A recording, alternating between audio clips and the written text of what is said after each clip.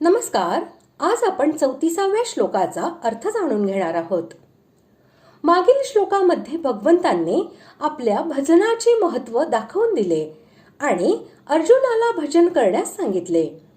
म्हणून आता भगवंत आपल्या भजनाचा म्हणजे शरणागतीचा प्रकार सांगत या अध्यायाची समाप्ती करीत आहेत. श्लोक 34.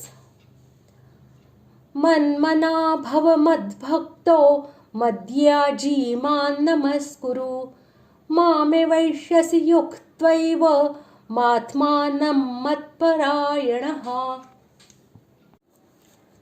श्लोकाचा अर्थ: माझ्यात मन ठेव, माझा भक्त हो, माझी पूजा कर, मला नमस्कार कर.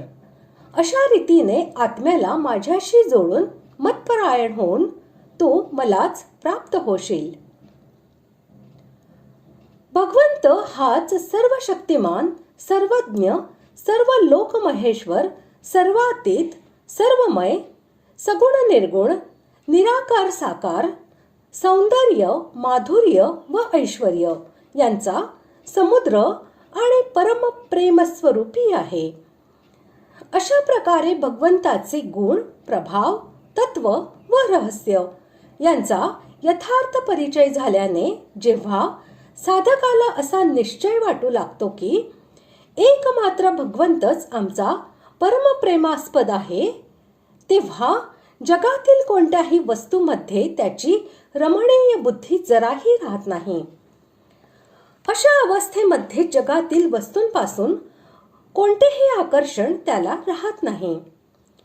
जेव्हा अशा प्रकारची स्थिती होते तेव्हा स्वाभाविकपणे या लोकीच्या व परलोकीच्या सर्व वस्तूंपासून त्याचे मन पूर्णपणे दूर राहते आणि तो अनन्य व परमप्रेमाने व श्रद्धेने निरंतर भगवंतांचेच चिंतन करीत राहतो.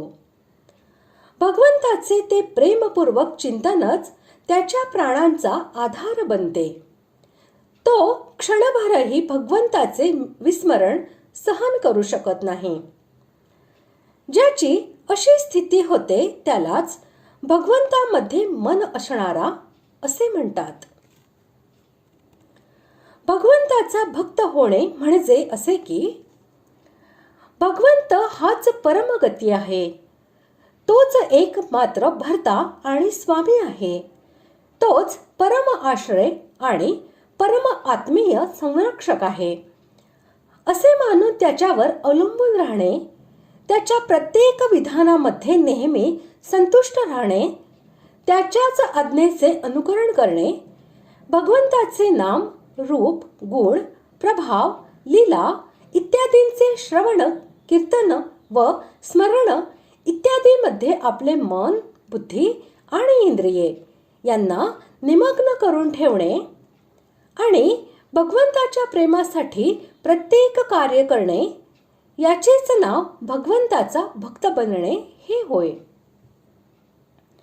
भगवंताचे पूजन करणे म्हणजे असे की भगवंताच्या मंदिरामध्ये जाऊन त्याच्या मंगलमय मूर्तीचे यथाविधी पूजन करणे, सोयीप्रमाणे आपापल्या घरात इष्टरूप भगवंतांची मूर्ती स्थापन करून तिचे विधीपूर्वक श्रद्धेने व प्रेमाने पूजन करणे, आपल्या हृदयामध्ये किंवा अंतरिक्षामध्ये आपल्या समोर भगवंताची मानसिक मूर्ती स्थापन करून तिची मानस पूजा करणे, भगवंताच्या वचनांचा, त्याच्या लीलाभूमीचा आणि चित्र इत्यादीचा आदर सत्कार करणे, त्यांच्या सेवेच्या कार्यामध्ये स्वतःला संलग्न ठेवणे, निष्काम भावनेने यज्ञादींच्या अनुष्ठानांच्या द्वारे भगवंतांची पूजा करणे, माता पिता, ब्राह्मण, साधू,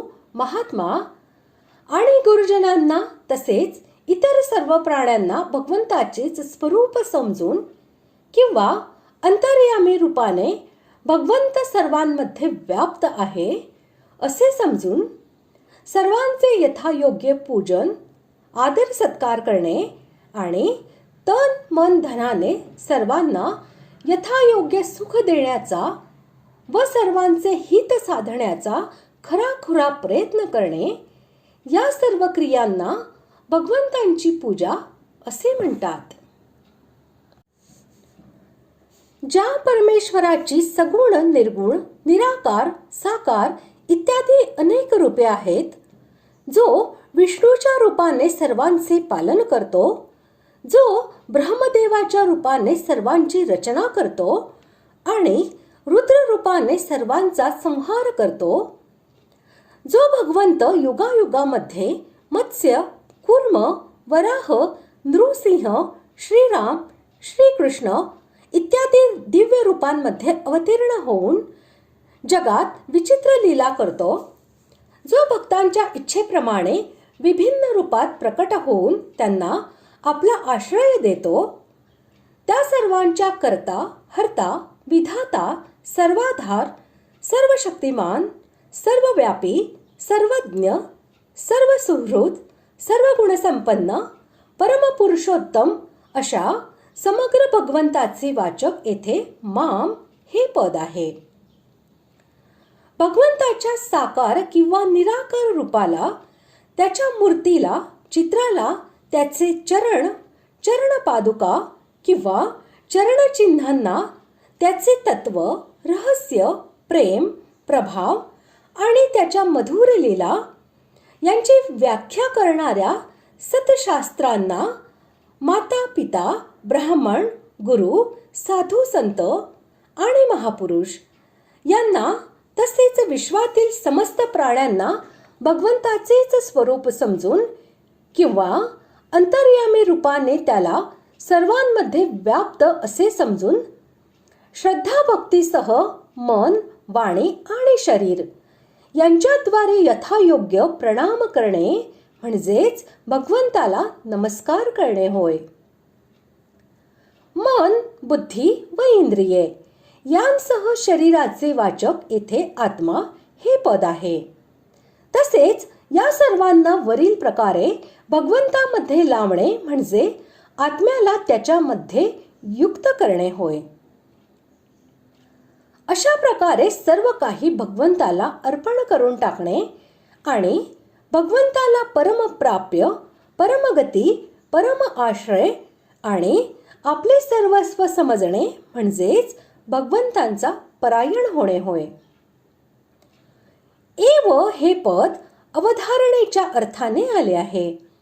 याचा अभिप्राय असा की वरील प्रकारे साधन करून तुला माझी प्राप्ती होईल यात काहीही संशय नाही. तसेच याच मनुष्य शरीरामध्ये भगवंताचा प्रत्यक्ष साक्षात्कार होणे, भगवंताला तत्वतः जाणून त्याच्यामध्ये प्रवेश करणे किंवा भगवंताच्या दिव्य लोकी जाणे, त्याच्या जवळ राहणे किंवा त्याच्यासारखे रूप इत्यादी प्राप्त करून घेणे हे सर्व म्हणजेच भगवत प्राप्ती होय. अशा प्रकारे आज आपण 34व्या श्लोकाचा अर्थ जाणून घेतला आणि यासोबतच आपला 9वा अध्याय पूर्ण झाला.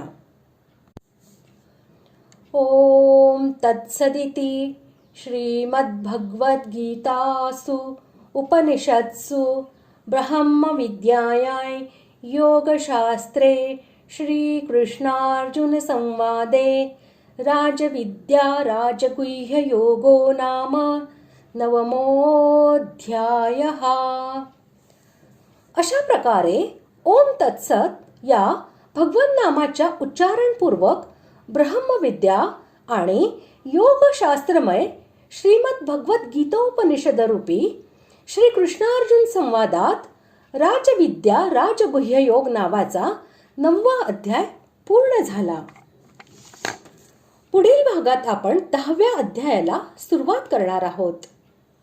धन्यवाद.